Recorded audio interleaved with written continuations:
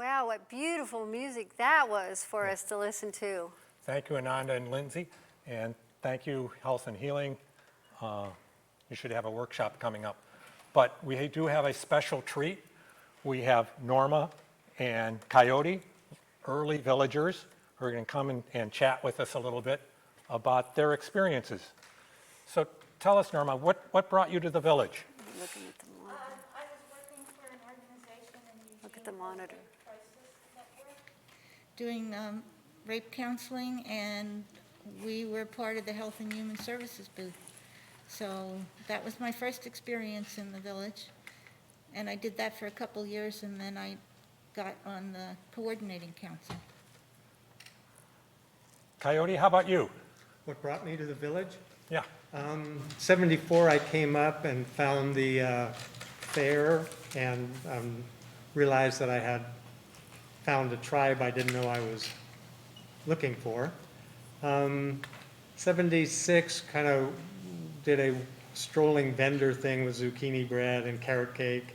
Had some friends who had a booth who let us stay overnight there. 77, I worked traffic and it was just too hot. But I heard about the community village as a nonprofit, and I was working in a nonprofit and also volunteering with some nonprofits, and so that seemed to be the place to fit in. So 78, I got welcomed into the village and stayed there for quite a while. My introduction to the two of you was when you were on the village council, but more so the village vision, which was a very important part of the fair and the village back then. Could you talk about that a little?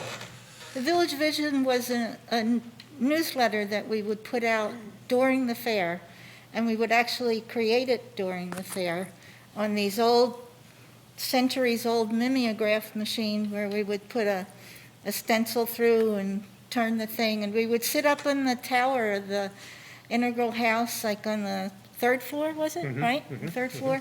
And I would type it up on these manual typewriters. We'd use these stencils and then run them on the mimeograph machine, and then we'd be stapling them together, and then we'd go around the next morning, and Michael had these beautiful leather saddlebags, and we'd walk the path and give them to the booths, and people walking down the path, and they were always so happy to see us and so happy to see the Village Vision.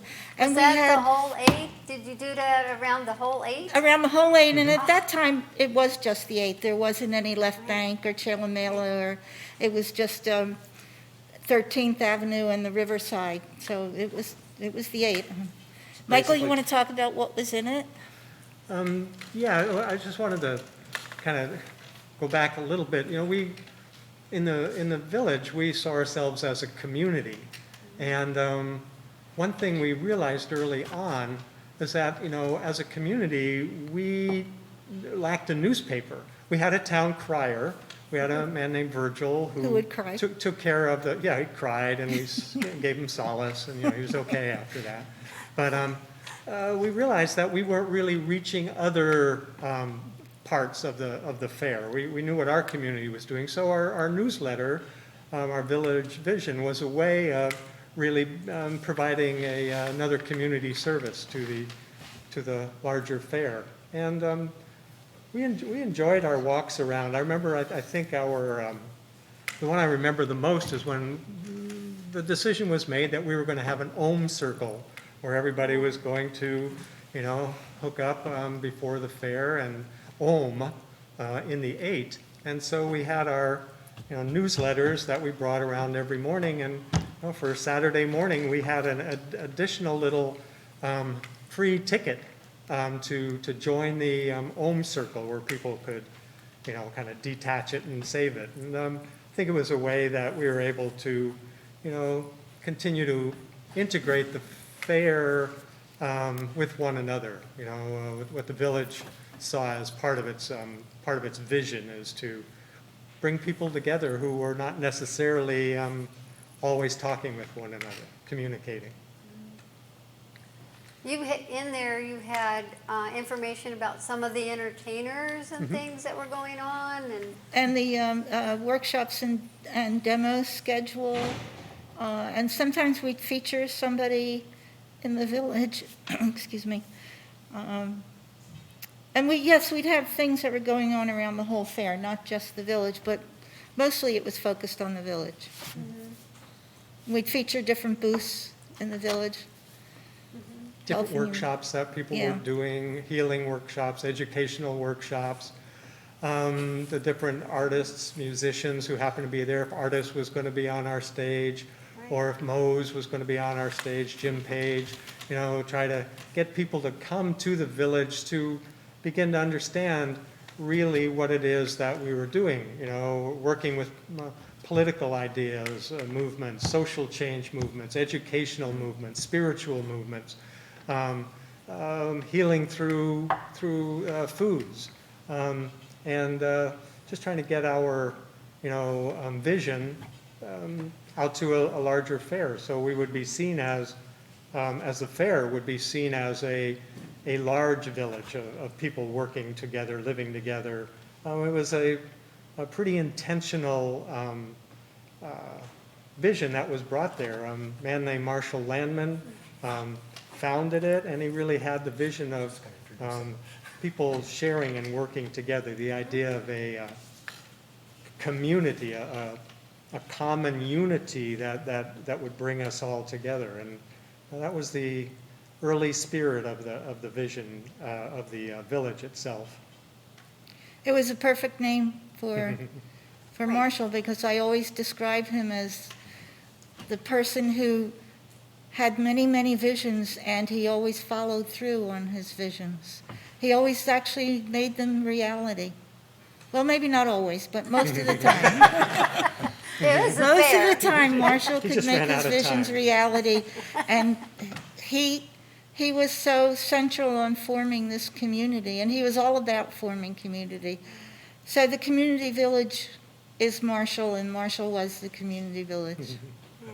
He had a big impact on us in a funny sort of way. You want to tell him that story about? My first fair, Marshall was also a founding member of the Queen Wright Bee Collective. And they were back in the wild edibles booth. And they actually had an observation hive. And they had a actual hive back in what we call, an area called the swamp. And they'd suit people up and go back there to explain the hive and whatever. And I remember just sitting down with Marshall, and he explaining the bees and everything, which is like the village is a community. And they're all in that together, operates by consensus, which is a very important part of the village. And that's what got me into beekeeping. And one of my most precious memories of Marshall is I ended up bringing beehives out on the fair site. And they were out there all the time producing honey. And I was able to give Marshall some honey from the fair. We called it dead lot honey. And his reaction was just ecstatic, and tasted it and started. You could see it closed his eyes and leaned back and talked about the like a fine wine, the various flavors and aromas and whatever. I have a pretty untalented palate. I just like honey, but he was really good. He's an amazing man, an amazing man. So many people have come out of the village, and as the two of you have, and gone into the greater fair. Can you talk about some others? Well, our operations manager now, Crystalline, she was in the village in utero, wasn't she? Yes, Yeah. she's actually my daughter. Her daughter. Let's see, Catherine Madden was president of the fair for a while. She was in the village. John Silvermoon has been on the board for a long time. Martha Evans is on the board and was facilitated fair meetings for a long time. Robert Despain was Robert somebody. Despain, of course, Yeah. who Palmer. played many roles at the fair. Palmer, who also played many roles at the fair and is on the board now. Many, many others. I think that's a good question you asked there, Arthur, because see the village as being a place where ideas could germinate and could be Hillary. started and supported, and then moved out not only to the larger fair itself, but into the world itself. That what we did within the village, one of the early memories I have, people continuing to say, remember what you're doing here. You don't have to, it's not over Sunday night or Monday morning. You know, what you learn here, what you do here, how you act here, how, you know, you then bring that back out into the outside world and infiltrate, as it were, the outside world itself with our values, with our way of life. You know, the idea of consensus, that every voice counts. It's not a majority, it's, you know, working towards everybody being on board with a decision. And I worked for a long time in social services. I worked for the county for a while, and to bring those values, ideals into the real world and just plant those seeds of change, of how to be with one another, I think was a real valuable lesson that was taught in the village itself and brought out to the larger world. Not only the fair herself, but also to the communities in which we live the other 300 and something days of the year. Somebody else I wanted to mention is Hillary Anthony, who's been the fair treasurers for a long time, and she started out in the village. She was doing our workshops and demos, and she plays a really vital role in the fair now. She does.